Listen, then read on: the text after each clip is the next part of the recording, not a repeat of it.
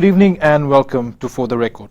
Over the last few weeks, the government has been busy promoting its National Development Plan consultations. There are two plans, a 5-year NDP and a 20-year NDP, designed to get views from as many Fijians as possible about the direction in which Fiji should be heading. Now, to talk about the NDP and the future direction of the national planning, we have with us tonight the Attorney General and Minister for National Planning, Mr. Syed Qayyum. Mr. Syed Qayyum, thank you very much for being on the show tonight. Thank you very much. There have been various awareness campaigns held. There's been a lot of talk and a lot of publicity about why people need to come forward and be part of this discussion around the National Development Plan. What benefits do you hope to be able to give to the country through this NDP? Well, Edwin, thanks for that question. As we were discussing earlier on, that we haven't had an NDP for quite a long period of time in Fiji. As you know, that we need to have a 5-year development plans in Fiji prior to the first coup in 1987.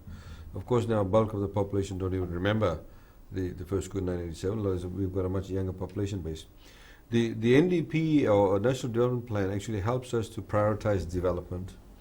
There is a recognition of, for example, where the country is at. There is a recognition of the current demographics, the level of development in specific areas within Fiji.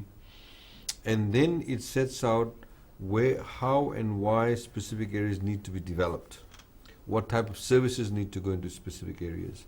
Of course, there's an overall national plan, but this NDP actually identifies specific areas. So, for example, some of the challenges that may be faced by people in Koro would be different to the challenges faced by people in, say, Navosa, or the people living on the eastern bank of Singatoka River. The challenges will be different to the people living on the western bank of Singatoka River. So these are the types of things we are honing into and looking at specifically. It's a collation of data. It's a collation of various interests. Because, as you know, we have had a major drive in infrastructure development under the Bainimarama government, and now, of course, the Fiji First government has put in place a number of priorities vis-a-vis the 2015 budget. But what we need to be able to do is talk to the different respective groupings within Fiji.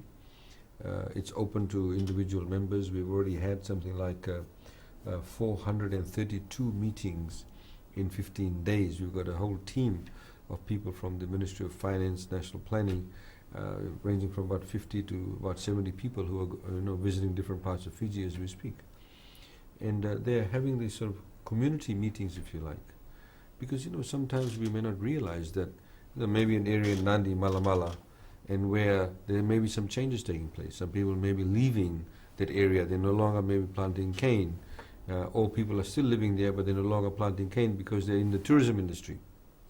So obviously their requirements are different. So what type of facilities do they need? What do we do as government in terms of, for example, building bridges in rural areas? There may be an area where there's a single lane bridge, but the population may be growing because people may be moving in that area, or somebody's going into commercial farming. There are bigger tractors now, so maybe one tire is off the edge, but you're sitting in Suva, you think there's already a bridge. So these are the types of things that we are listening to people on the ground, and then coming back and prioritizing that. Because you see, it is very critical. If you ask most people, they all want tahsil roads. But obviously we can't do, I'm taking an extreme example. We obviously can't do tahsil roads for everybody. But if you ask a community, they may say, well, we want tahsil roads plus we don't have access to water. So what is more important? It's water. So it also helps them to understand, how development priorities are put together. In the development plan, we also hope to identify specific developments. So we want to be able to project and say, you could say that, the population of Ba in 7 years' time will be a lot bigger than what it is now. So if that is the case, then what other things do we need to provide vis-a-vis services and infrastructure to ensure that when the population grows, people are able to be able to access services that they normally would access. So maybe we need to build a sewage treatment plant. We need more water reticulation systems. They are the types of things that will come out through this NDP process, and then we can actually compile that within a plan. We're also looking at, as you know, we've said a 5-year plan and a 20-year plan. The 5-year plan is more short to medium term, A 20-year plan is more of an outlook as to where we want to be in 20 years' time. A lot of it is also on the back of, as you know, the People's Charter. Under that, we had the State of the Nation report, or State of the Nation report. There's a lot of data that was there that we could extrapolate that too, but there's been a lot of water under the bridge. Of course, 6 or 7 years is a long time. As you also know, that in the last elections, for example, nearly a third of the voters were below the age of 35 or 32.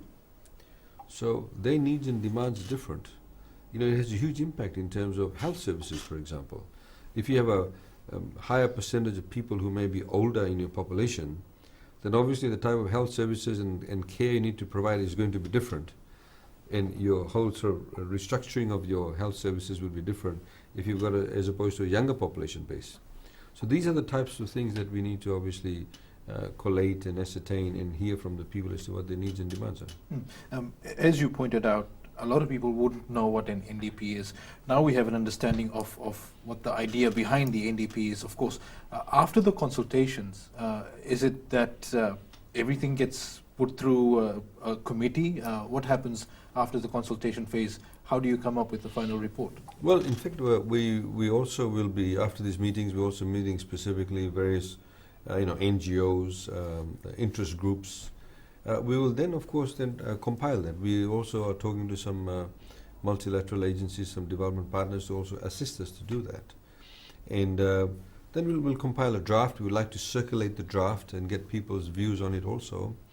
We intend to, as in the final document, also have that translated in the vernacular languages.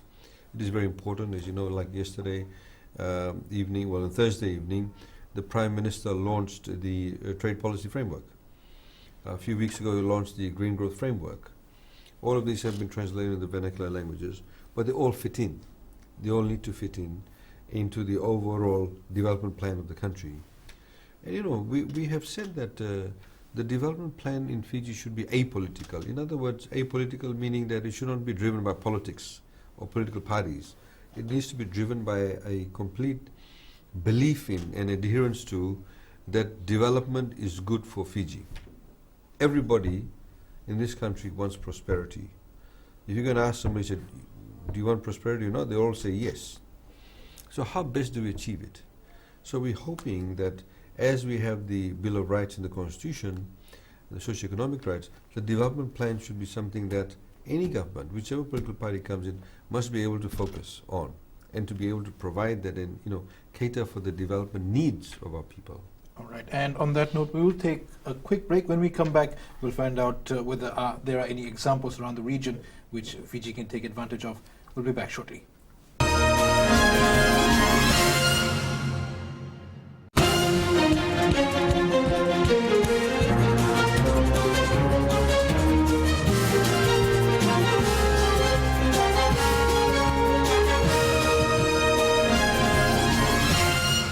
Welcome back to the show. We're talking tonight about the National Development Plan consultations that are ongoing around Fiji, and our guest, National Planning Minister, Mr. Ayasayed Kayum. Minister, Fiji hasn't had an NDP, but surely there are neighboring countries which have been through this process. I understand you are seeking assistance from international partners. This document, the NDP, National Development Plan for Timor-Leste, what lessons can we learn from this? Well, this is just an example of how a country has set out its development plan. So, for example, they've got one part on infrastructure development. They've got various sections here as to how to develop their tourism sector. They are different to us in the sense, for example, they want to grow the tourism sector. It's not as highly sophisticated as ours, probably quite rudimentary. So they've got a lot of emphasis in what kind of infrastructure they need to provide, what will be the growth areas in terms of tourism and the different segmentation. They've got, for example, a section here on petroleum, energy requirements. They, as we know, have a access to, and I think there's some dispute with Australia at the moment, in terms of the gas and the oil reserves that lie between Australia and Timor-Leste. We obviously would have a different approach to petroleum because we don't actually have any reserves, nor have we discovered any, nor do I think there's anything in the horizon from the reports that we have got, or under the ground, But so, there obviously would be a lot of focus on, for example, renewable energy. There would be a focus on, what are the energy requirements of Fiji. There's some projections that Fiji's population would be 1 million people by 2035, I think, from memory. So, when Fiji's population becomes 1 million, then, how do we cater for those pressures that's on infrastructure? Obviously, we all talk about development. If more people are going to have television sets and air conditioners because the place is doing well, it means more electricity. So it means the FEA needs to produce more electricity. Does it have the capacity to produce it or not? If it needs to produce it, where will they get it from? Can they get three-phase power, for commercial and industrial purposes? We have got some complaints, for example, at the moment in Ba, where a couple of the companies want to put up large-scale factories, but they're having problems with FEA. Mm-hmm. So, this is how we are sort of looking through the NDP. What are the real specific areas we need to address, in particular if you're talking about development? What this also does, very importantly, is that it sets out in a very transparent manner where we're heading towards. And it also means that our development partners, so whether it's AusAid, New Zealand aid, US aid, whether it's World Bank, IMF, whoever it is, European Union, they say, oh, okay, this is what these people want. These are their priorities. Where can we assist them, or how can we assist them? You see, because one of the dangers always is for any donor country, any development partner, is that they don't simply want to throw money away. So your opportunity of attracting more development funds is enhanced if you have something that's quite concrete. Mm-hmm. So they may be able to say, well, this year, because they have their own budgets too, so they may say, well, this year, we have only about $100 million available for aid. Who do we give it to? If they go to a country that does not have a development plan, does not have a vision, and a country that does, guess who they'll give their money to? And they can also say, well, in 3 years' time, maybe we can assist them in this area because that's what they want. So, the question always has been asked is that not, development for what or development for who. There's a kind of perennial question. And if you look at all sort of development theories, that has always been a struggle. You need to have development not for the sake of it. You need to have development for the sake of ensuring that it fulfills the needs and the wants and the demands of the actual people. So this is specifically what it is doing. And we also need to, as government, be able to have our own input into it. So, for example, we may see if there's, like Nambuwalu to Draketi, the road is being done. Now that suddenly opens up that part of Vanuatu. So people are already talking about a township for Nambuwalu. Now, what does that mean for government? It also means that we need to provide street lighting. If there's going to be a small township developing, we need to provide sewage and water and electricity. So these are the mechanisms through and the priorities that we will be working through these consultations. Speaking of the consultations, 432 already, if not more. What are some of the more striking issues coming out of these talks? As you mentioned, infrastructure development and basic amenities would be some of them, but what stands out for you? Well, there's some key areas. Like some of the rural areas where people have actually said that they want more field officers from agriculture to come to them. It's a very specific request. They said we want them to come and help us to grow our products better, help us to manage our livestock better. And we need more of these people. And they want access to markets specifically. We have, we have specific requests for better accessibility of government services. It's health services, schools, administrative approval requirements, kind of decentralization of decision making. We have the usual sort of access to water, electricity, roads. We have, for example, in Bua, they want to improve coverage of telecommunications in Bua. There are certain parts, obviously, that are not forming part of network coverage. You see that this fits in well with the government's agenda to have access to universal service access funds that we have as part of a fee that we levy on telecommunications company. So we want to use these funds to be able to, as we've advertised last year or year before last, where we've identified black spots and we have brown spots. So black spots obviously have absolutely no coverage. So how do we get mobile phone companies to set up towers? Because you see, the reality is a mobile phone company, if there's, for example, one village and there may be 50 people or 20 people living in that village. But to set up the tower, because it may be somewhere in a valley, to set up the tower and get the service, it may cost them $500,000 or maybe $1 million.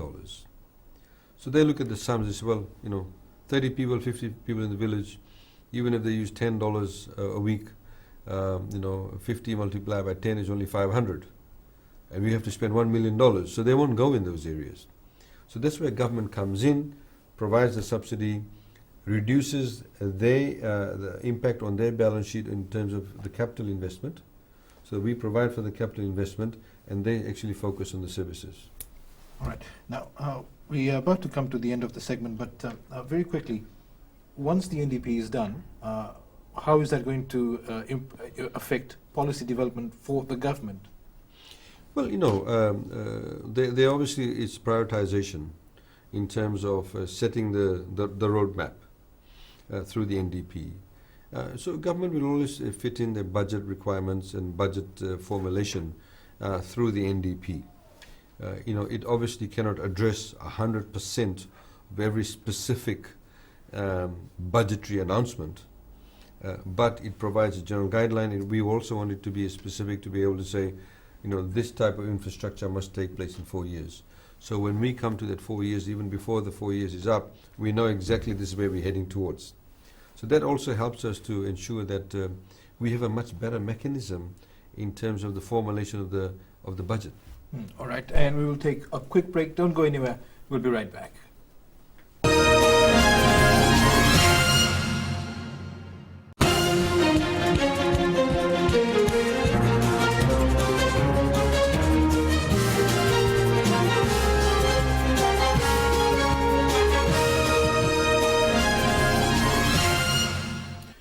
Welcome back to the show. Our guest tonight is National Planning Minister and Attorney General Ayaz Said. Kayum, we're talking about the National Development Plan consultations that's going on around Fiji.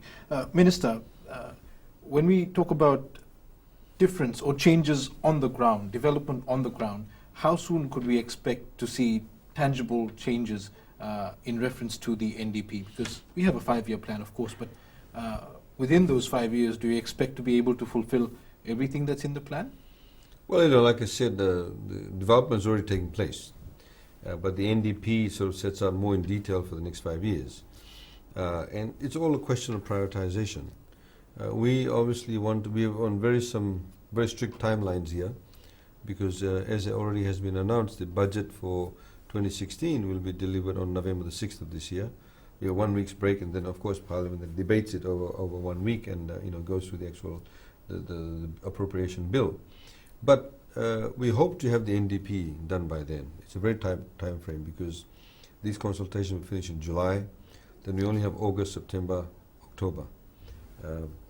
Ideally, we want it done before the budget. It does not mean it has to be done before the budget. But no doubt we'll be eking out the key issues from the consultations we've had. We've obviously had some of our own input in terms of for service delivery next year, capital investment next year. So that's also on foot simultaneously. But generally the NDP would provide us the guideline for the following years in terms of prioritization of capital expenditure, even operational expenditure. I don't suppose it would be a tough switch going from a government-oriented national budget and policy decisions to something that's coming from the people and that may not necessarily have emanated from internally from within the government. Yeah, I mean, this is not to say, obviously, that previous budgets weren't based on any feedback from members of the public, because, by normal course, ministries, of course, have their own, spheres of influence and also own spheres of where they get feedback. So, for example, in the previous years, and obviously under previous governments too, you would assume that the ministry officials, when they're out in the field and the ministers are talking to the people in the respective areas, they do get some feedback. So when they make the budgetary submissions, it's based on that also. But this is a lot more focused. This is a lot more, a wider net of actually going out to members of the public and them to be able to express any views they like regarding development that may concern them. Apart from development in terms of infrastructure, are there people speaking about development that may not necessarily talk about building roads and bridges? aspirations, so to speak? Yeah, I mean, I think, these are the kind of operational type issues that we're talking about, in terms of service delivery. We've got, people wanting bank services to come to the areas. Koro and Nambuwalu, they're talking about ATM machines. We have people, for example, saying we want access to more social welfare offices. So these are more operational type issues. So how do you actually get those type of services out to the people in that area? It does not necessarily mean putting up a building, but it's that extension of government services. So that's that aspect of it. I think the other issue is obviously when you talk about aspirational, that's one of the key sort of issues that we want to address to the development plan. So you may have an area where you have a lot of youth and they don't have jobs. So do we take them to jobs or do we get jobs to them? These are the kind of issues that we do need to nut out. You may have a lot of, say, a couple of areas in Fiji, whether it's an island or a rural area, where you may have a lot of young people, but they don't want to leave the area. But they don't have jobs. So what do? And not everybody leaves their hometown or their location to go and look for a job. So these are the kind of issues, in terms of what are the aspirations, what are the goals that we want people to come and talk about. I know many of the team that's gone out, they've had many long grog sessions, because sometimes it takes people to, takes a while for them to open up. But most definitely that is very, very critical. Looking ahead, post 5 years and post 20 years, what happens at the end of these plans? Well, it's ongoing work. I think if you have a 20-year plan and you have a 5-year plan, you need to have a plan every 5 years in between two, because this is where we're saying is then those 5-year plans need to be quite specific. We should be able to say, well, 2018 we should be able to have this issue addressed. We're hoping that in some areas we should be able to say, well, in 2018 this area will get XYZ infrastructure. That is very critical for us. So if, for example, we say that a particular area is growing and that by 2018 it should have 3-phase power, FEA and all the other ministries that's relevant are put on notice to be able to work towards that. And also the budget team is put on notice that this is the objective that we need to achieve by 2018. So do we phase that in 3 years' time, make sure the power gets there, or do we do it just a year before and ensure that it gets there by 2018? I mean, these are the kind of, I suppose, motions we have to go through to be able to realize the objectives through the NDP. Have we lost out on vital development over the years, since 1987, vital developments, because there was never an NDP? Well, you see, I think from the period 1987 onwards, up till the Bainimarama government came in, because the Bainimarama government put a lot of emphasis on infrastructure. And then in 2009, the Prime Minister launched the National Strategic Plan. So the National Strategic Plan, in fact, worked like a NDP, if you like, guided by the pillars of the Charter. As you know, you have people standing up and talking about the Pillar 1, Pillar 2, Pillar 3, all the way up to all the exhaustive pillars. But the point is that, in a way, acted like an NDP. This is now more specifically focused, and it'll be one document that will guide it. You'll have inputs from the different documentation, the Charter and the State of the Nation report, that will help us develop this NDP. But in previous years, have we been going necessarily on the wrong track? I think in the period, most definitely from 87 up to 2007, a lot of development was willy-nilly, and most definitely it was willy-nilly. There was no sort of focused attention. See, when our Prime Minister set out the key agenda for Fiji, we've had, for example, a very simple example, the King's Road is now tahsiled. We've been talking about it since the Alliance government days. So there's been no particular attention or focus to say, well, hang on, this is the largest island in the country. We have nearly 60 to 65% of the population, minimum, living on Viti level.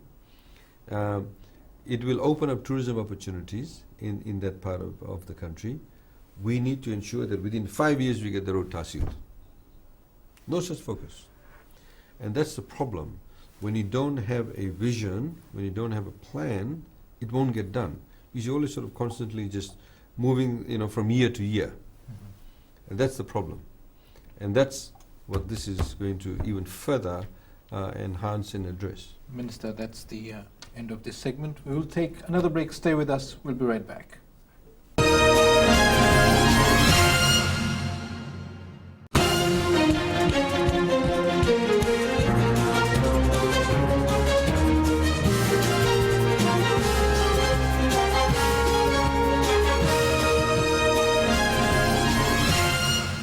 Welcome back to the show. Our guest tonight, the Minister for National Development and the Attorney General, Ayah Said Kayum. We're talking about the consultations which are ongoing with regards to the 5-year and 20-year National Development Plan.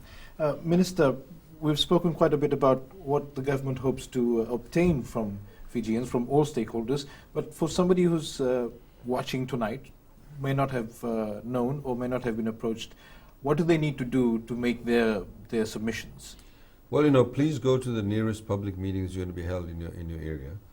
If they've already been through your area and if you look at the program that's been published, and if you can't find it, or if you think they won't be returning, you by all means can send us written submissions, and we of course will take that on board. What should they include in the submission? Is there anything they shouldn't talk about? They can talk about anything that's going to be related to the future. And that may not carry on. What do they think is a critical area for them personally? Where do they see the country? Some people, like I said, have discussed a very sort of basic issues, saying we want a bridge, or we want more agricultural officers, or let's not forget, it's not only about rural development.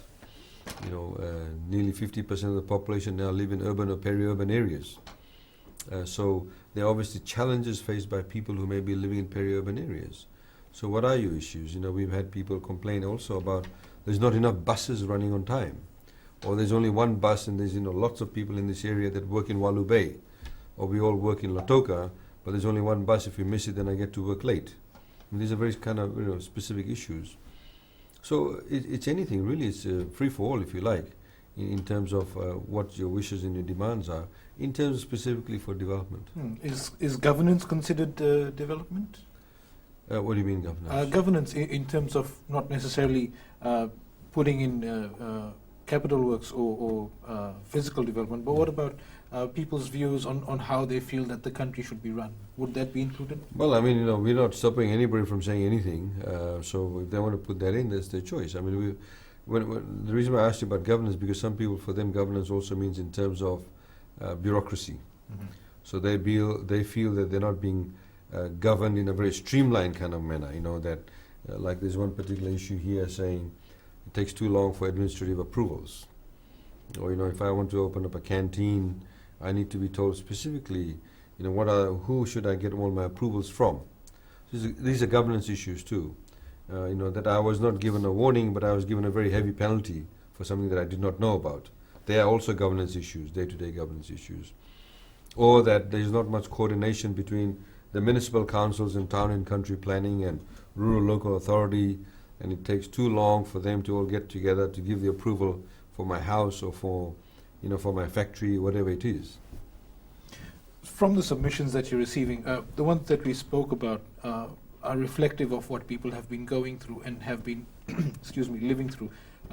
Do you get a feel that there's also people who are looking into the future, into future generations, not maybe for us or our children, but having Fiji at a stage where we may have crossed social boundaries and economic boundaries onto a new platform? Yeah, obviously I don't have all the feedback so far. There could well be there. Generally, in these kind of consultations, what we found, a lot of people tend to be focused on the here and the now and perhaps the next couple of years. But there's no doubt, I'm sure there are people who are talking about 5, 10, 20 years down the track. And we look forward to more of that type of input. Would this plan, do you expect it to face opposition now that we have Parliament? Of course, that's how democracy works. You debate issues, voice of reason in some instances, but do you think there should be any opposition to this? Well, like I said in the beginning, any development plan needs to be dealt with in an apolitical manner. It should not be politicized. Because the objective of such a document would be to ensure development, growth, addressing everyday issues faced by people, having a plan in place where it is visionary in the sense that we are able to look into the future more like it because of extrapolation that you may have. You know, for example, if you've got land leases in a particular area not being renewed, obviously people leave that area. It has two effects. One of them, they may come and become squatters and live in the Suvarnasori corridor or look for jobs in somewhere else. And if the land there where they've left is not developed, then it affects the economy in that specific area. So schools may close down, shops may close down. And for example, if the landowners aren't given any alternative livelihoods, then it will also affect them too. So how do you address these issues? So this specifically, I think, we'll be able to find a way for us in terms of looking into the future. As I said to you earlier on, if that is the focus of it, then it should not be dealt in a political manner. We should be also driving our energy, our intellect to saying, well, what is the best deal? We know that there's a possibility of a particular inland area that could develop or flourish as a town center, maybe say Kayasi. Then what do we do to be able to ensure that it's dealt with properly? Now, surely everybody across all the political spectrums should be able to be focused on that. All right, and with that we will take another break. Stay with us. When we come back, having moved on from the NDP, we'll fire a few quick questions to the Minister on his other portfolios. Don't go anywhere.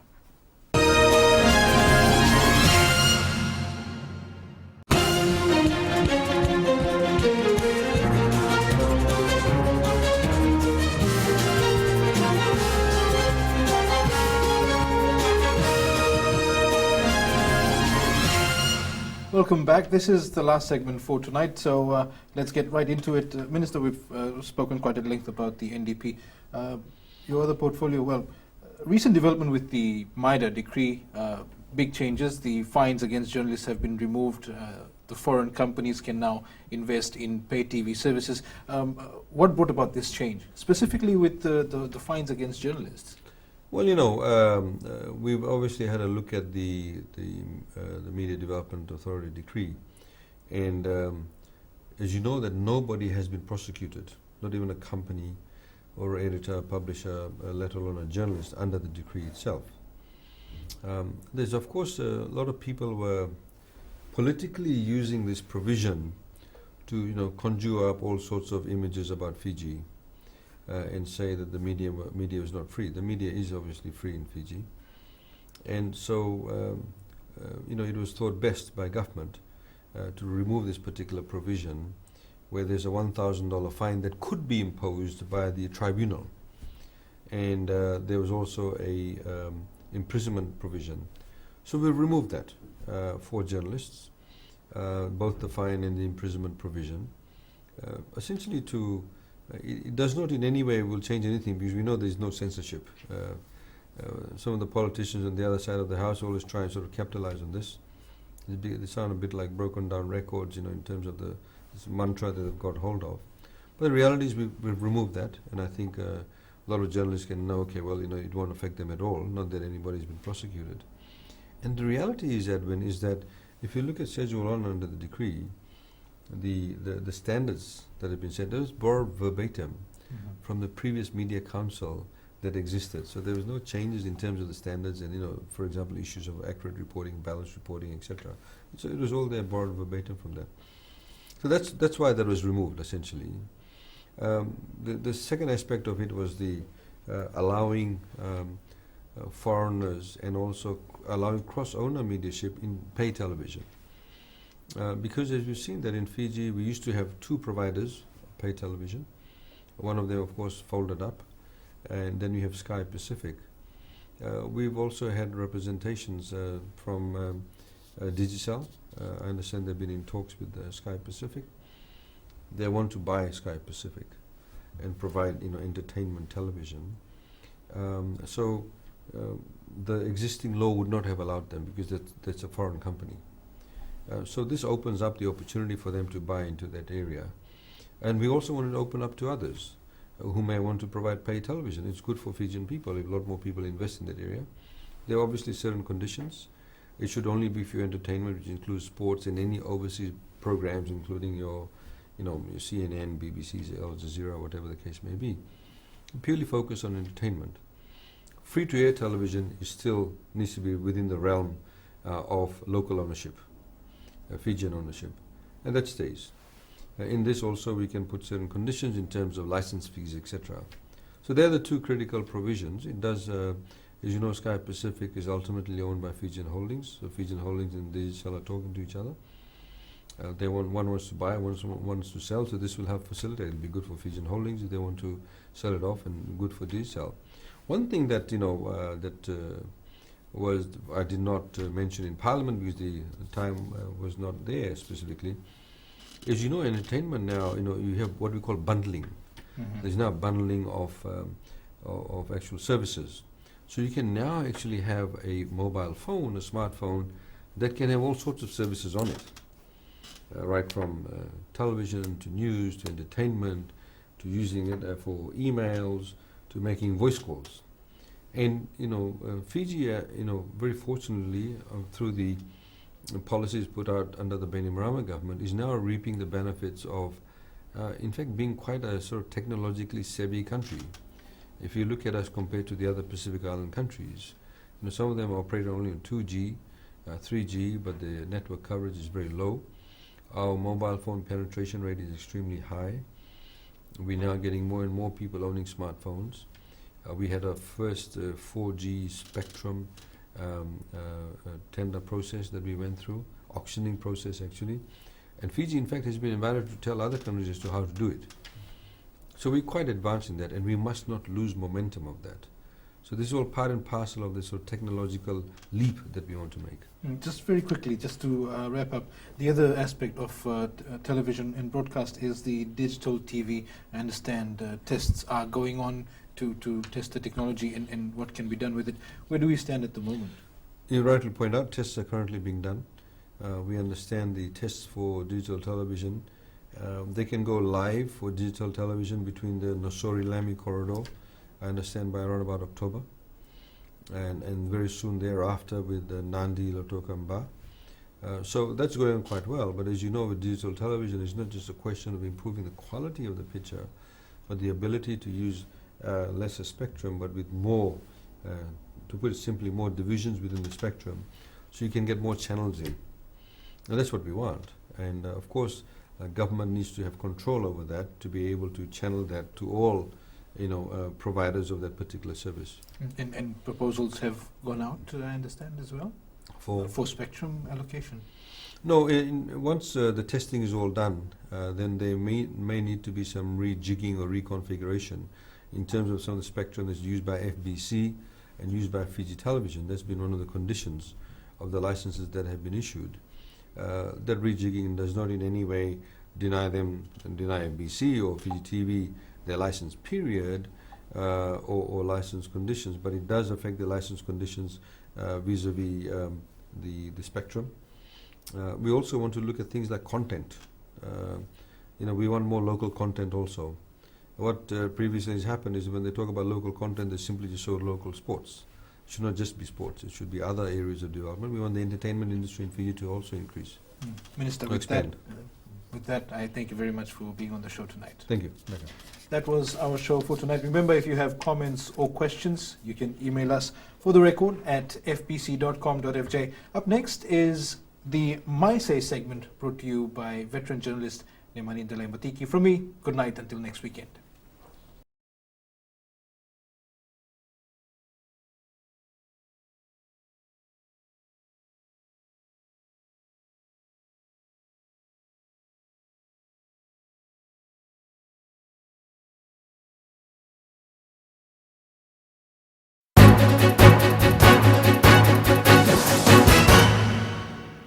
Good evening. I'm Nemani Ndalembatiki of the Fiji Sun. Welcome to Fiji's only TV editorial show. This week, I have my say on the horrendous act of sexual attacks on children.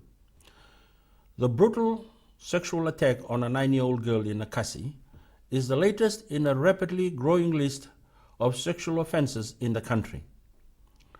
In Parliament this week, the question was asked, about why these offenses are being committed. What is causing this evil to inflict harm and pain on families and communities? Some suggest the solution to solve this problem is harsher penalties. Others say we should beef up the police force to increase its visibility. These two ideas, they argue, will deter would-be offenders from committing sexual crimes. They will help in reducing incidents, but they do not address the root of the problem. Timothy Natuba, the Minister for Immigration, National Security and Defense, suggests churches and community groups should help in teaching their people that criminal acts are not right. That statement can be extended to families. This is a collective responsibility, and everyone is a stakeholder here. The gravity and seriousness of these sexual offenses are a major concern. Cases of incest continue to come before the courts. Rapes committed by relatives against minors also appear to be on the increase. The public uproar over the attack on the Nakasi girls proves that people find these offenses appalling and unacceptable. That an innocent 9-year-old girl going home from school is grabbed allegedly by a man, dragged several meters and brutally raped in bushes in a quiet neighborhood is horrifying and the worst nightmare of any parent. This crime and others of similar nature are increasingly becoming common. They constitute a symptom that highlights a gradual decay in our moral values and standards, values that have stood the test of time through the ages. We must arrest this decline and nip it in the bud, as the Prime Minister Bainimarama said. Where do we start? I think we need to start at home, in the family, where these strong values are taught and reinforced to a point that they become second nature and a way of life. These religious and cultural values determine our lifestyles. The sanctity of life, respect for women, girls, and children are some of these values. Sadly, these values are seriously under threat by competing values portrayed in pop culture and the entertainment world. Many young people have been swallowed up by the new culture. Lurid music, alcohol abuse, addiction to illicit drugs, and pornography give our young people a false sense of happiness and hope. They wallow in a morass of dependency on a destructive culture. Many surveys by sociologists show that children who are well grounded on strong family values are likely to withstand the powerful temptations of the new culture. Minister for Health and Medical Services, Chone Usamate, said when he heard about the Nakasi incident, he spoke to his grandchild and counseled him. All parents should be doing a lot of that on a daily basis, teaching their children about basic values. We may lead busy lives, but teaching our children at home is our number one priority. In fact, it is our most important God-given responsibility, which we cannot pass on to another person. When we fail, our children will fall through the cracks into the waiting arms of an evil world. Public discussions so far talk about measures after the incident. We also need to talk about things we can do to prevent the incident. I am Nemani Ndelembetiki, and that was my say. You can read more of my views in the Fiji Sun. See you next week.